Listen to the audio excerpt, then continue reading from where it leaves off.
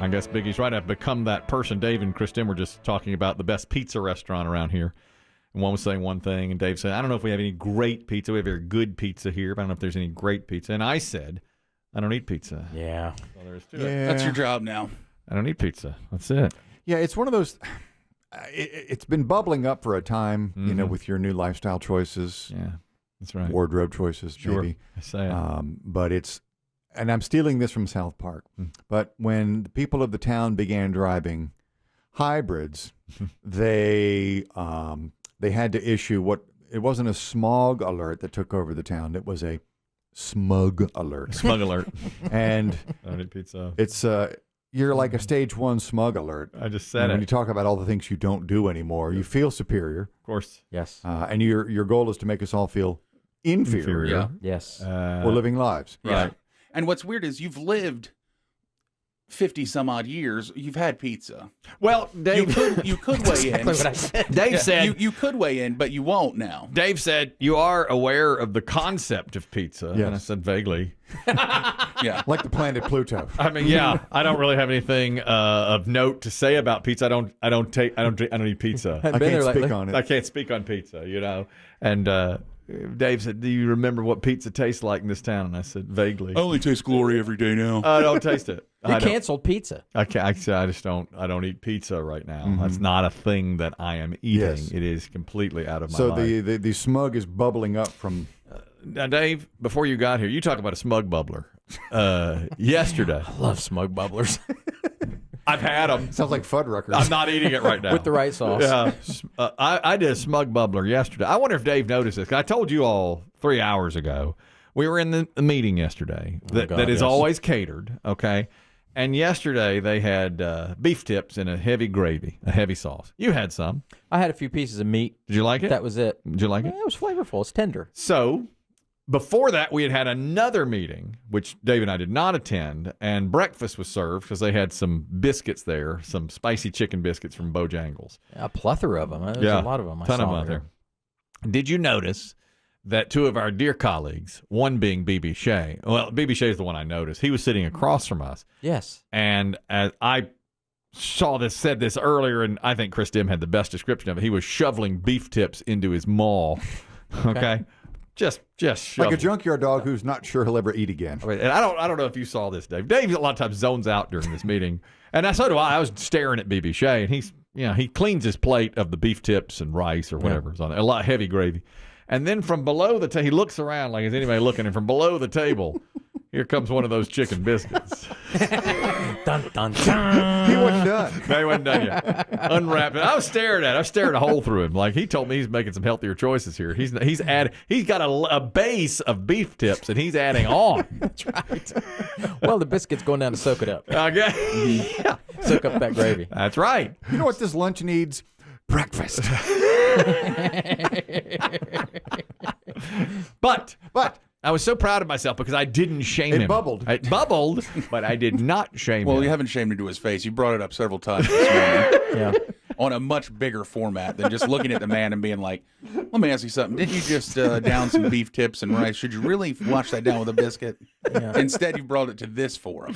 I have where many more people will know. this platform. The 13th most powerful radio station in this market. That's right. That's right. You could have just said it to his face, but instead, now there's a chance some guy at a gas station will be like, hey, biscuits. They're calling you BB Biscuits, am I right? Biscuits stands for BB is biscuits and beef tips. Yeah. That's right. It's all there. Beef. You know where to find it, in his belly. It's old You biscuits. see this guy right here? You know what he washes beef tips down with? A Cajun filet biscuit. Well, that's exactly what he had. Yeah. I stared at him for a In long that time. meeting, Kelly does smug bubble on his face. I'll smug bubble. Oh yeah, he'll peruse the room. He'll look around. He'll see who's eating what, and do they deserve it? That's right. Right. Yeah. And only a year ago, I'd shovel the same stuff into my maw. In seconds. Yeah. Yes. You'd have been appalled at your own self. Correct. Now I see it. I hear the old grunts and snorts, just gnawing down the Forks bouncing off teeth. Yes. Yes. We've gotten you who won't eat. We've got Dave who gives a description like he's on the trial. No. It was. I tasted it. It was tender. It was. Is there anything? Did you chew it? I managed to chew a little bit of it, and it was tender.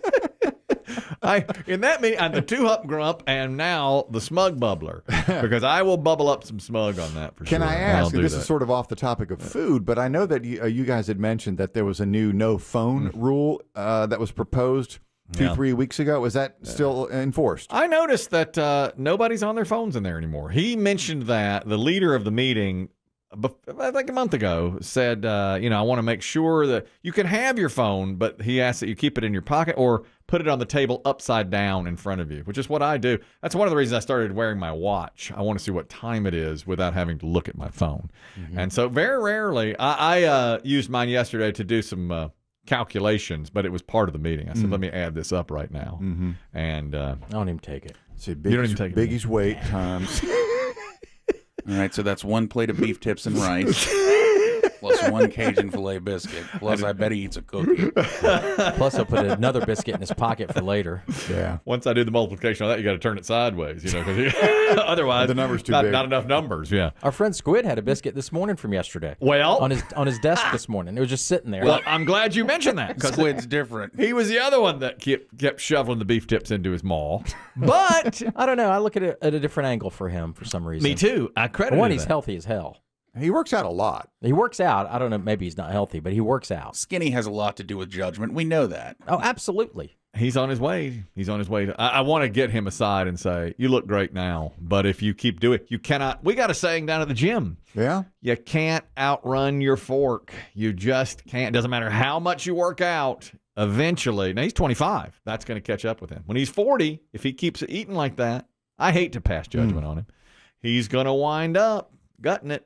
I want to pull him aside. I want to say. I think that would be wrong because I think he has to eat here because he can't afford to eat anything else. That's what I said. He's got no money, so he has to eat here. And Yeah, that too. Yeah. he's saved over that biscuit for today. Exactly, which is fine. Yeah, it would be the highest paid employee here judging the lowest paid employee here.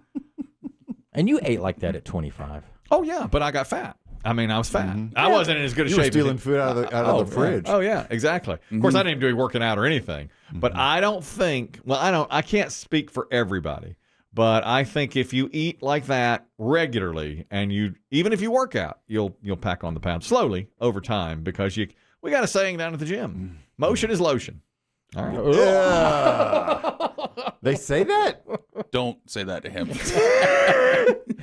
That'd be an HR meeting. And gravy is crazy. We got a saying down at the gym. Hey, man, this guy was talking to me about my weight, but then he said motion is lotion. And I don't know.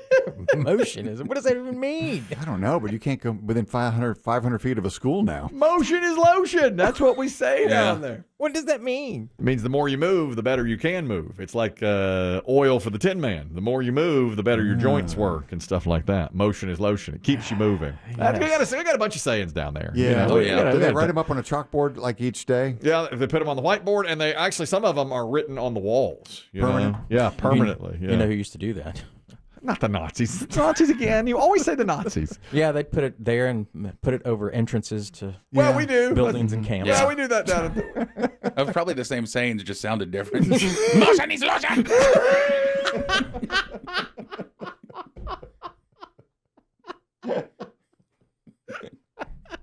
As they walked into Poland. I mean, you can, if you say any inspirational saying with a German accent, it sounds angry. You can't outrun your fork. Biggie, do the fourth one. You can't outrun your You fork. cannot outrun your fork! I really think. Oh, mercy. You're right. It doesn't sound nearly as good when you say it like that. We're just transferring all those Nazi things over there. God, I'm rowing in a dry boat. Oh, man.